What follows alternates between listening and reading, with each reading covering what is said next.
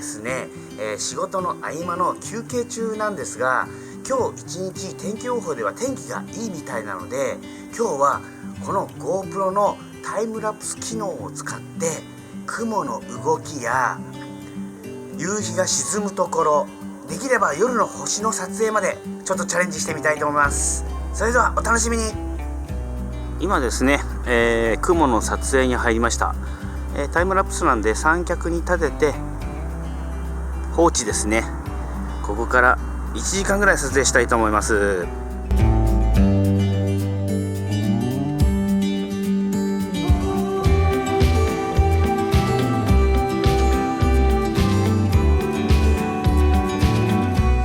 ではですね、雲の撮影終わったんですけども、これの後ね、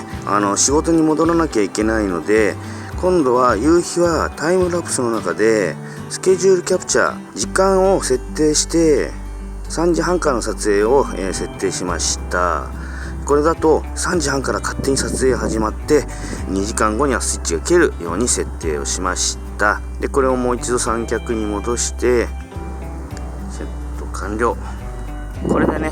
一応夕日の設定はしましたので、これから仕事に戻ります。あとは GoPro が勝手に撮影してくれるでしょう。 GoPro さんよろしくお願いします。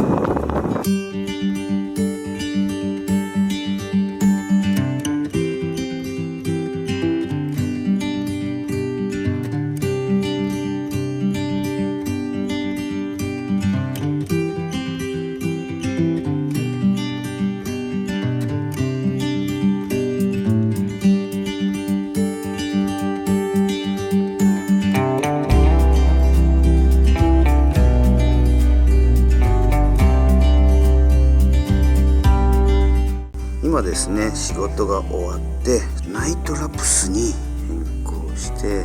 よし、この設定でナイトラプス星の撮影にチャレンジしてみたいと思います。おはようございます。昨日ね、仕事終わりでセッティングしたカメラを回収しに来ました。バッテリーがね切れるまで充電したので、どれぐらいのものが取れてるかちょっと確認は取れないので、家に持ち帰ってパソコンに取り込みたいと思います。